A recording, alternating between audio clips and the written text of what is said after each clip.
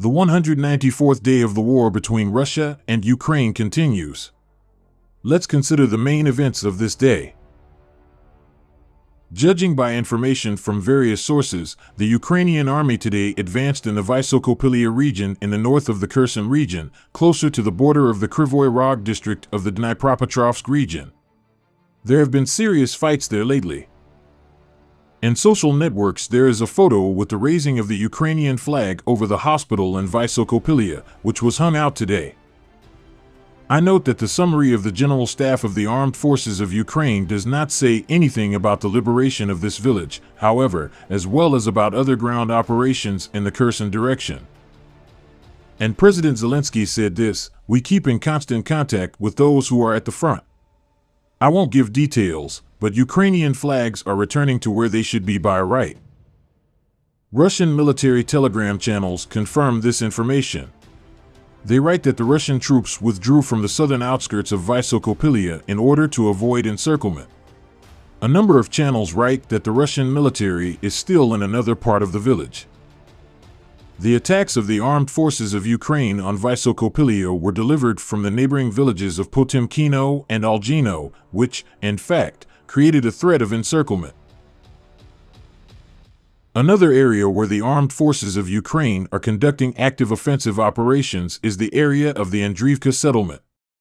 There, in the early days, Ukrainian troops entrenched themselves in the area of Sukhoi-Stavka and Kostromka, after which they are trying to expand this bridgehead.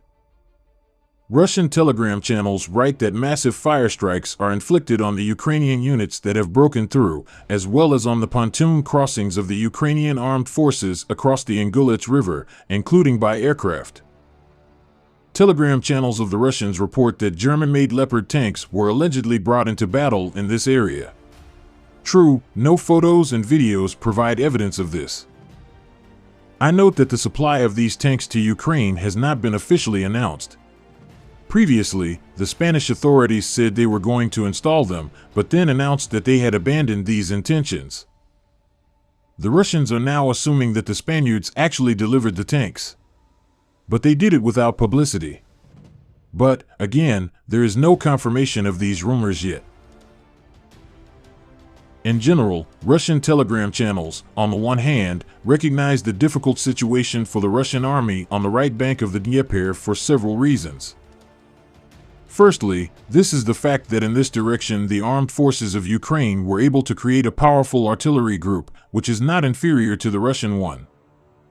Secondly, strikes on bridges across the Dnieper River make it difficult to supply the right bank grouping of Russian troops and to transport reserves. At the same time, massive strikes are being carried out against Russia's ammunition depots.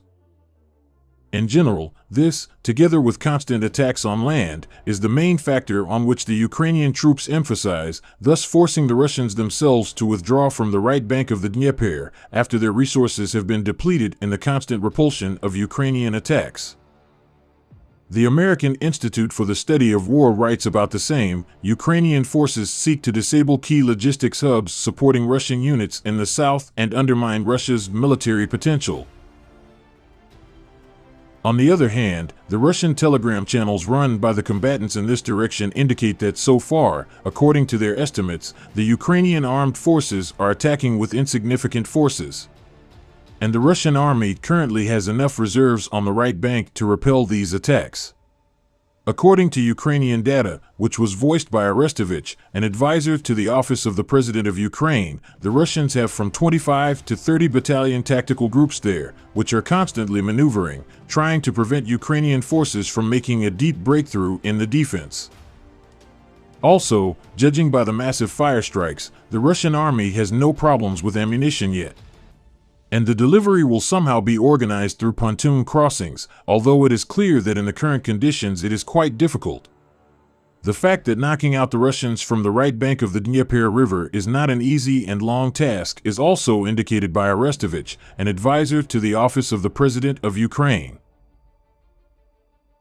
Judging by the Russian military telegram channels, Russia is betting on inflicting maximum losses on the Ukrainian army, which is conducting offensive operations in the steppe and open areas, and the expectation that, over time, the reserves of the Ukrainian armed forces will be exhausted and, possibly, the Russian army in this case, she will even be able to go on the counteroffensive, unless of course she has enough strength.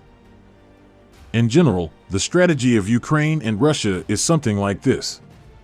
And it is also clear that in the coming months it is the Kherson direction that will be the hottest. The stakes on both sides are high here. Let's move on to the reports of the General Staff of Ukraine. In the Slavyansk direction, the Ukrainian military recorded a video from the village of Ozern, Donetsk region, announcing his release. This is a village on the northern bank of the Seversky Donets River, southeast of Lyman. No battles have been reported in this direction for a long time. It was believed that the northern bank of the Donets was under the control of Russia, and Ukrainian troops were holding the defense on the southern. Russian military telegram channels write that the Ukrainian military briefly entered the village, crossed the Seversky Donets, filmed a video and sailed back. However, there is no confirmation of this information, just as there is no clear understanding of what is happening now in Ozern and whether the Ukrainian military remained there. Also, apparently, fierce battles are going on between Izium and Slavyansk. Izium Forest is completely destroyed by fire. Anatoly Toryanik, deputy head of the State Service of Ukraine for Emergency Situations, told about this. We took information from satellites. Thermal radiation recorded by satellites. We understand that we do not have the opportunity to go there, look, check. But we understand from the information from satellites that there is no Izium forest, it burned down, Toryanik said. In the Bakhmut direction, Russian troops advanced in the area of the settlements of Bakhmutsk, Vesela Dolina, Zaitsev, Kodyma, and Soldar. Attacks, according to the General Staff of Ukraine, are reflected. At the same time, Russian military correspondents report that Wagner's private military company has captured most of the Kodyma. Ukraine, however, stated that the attack on Kodyma was repulsed, that is, the capture of part of the village does not confirm.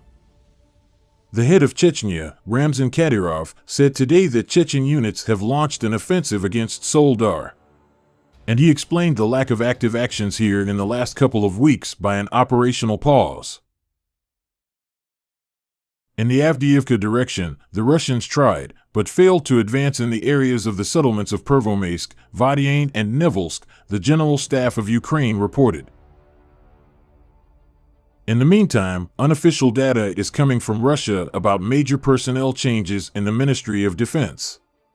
Several names are mentioned, among which is Lieutenant General Muradov, who fought in Ukraine and was appointed commander of the Eastern Military District. It is also reported that in the autumn a new appointment of the head of Chechnya, Ramzan Kadyrov, is being prepared, who recorded videos that surprised many with a hint that he intends to step down as head of Chechnya. After that, there were rumors that he could be appointed to one of the leading positions in the Russian army. In general, the Russian media write that in September-October there may be a whole series of reshuffles. That is, certain processes are underway that may be associated with getting rid of personnel who have shown themselves worse than expected. So it is with the promotion of those who distinguish themselves in a combat situation. That's all for now. I'm waiting for your opinion in the comments. Please support the channel by liking and subscribing. Thank you.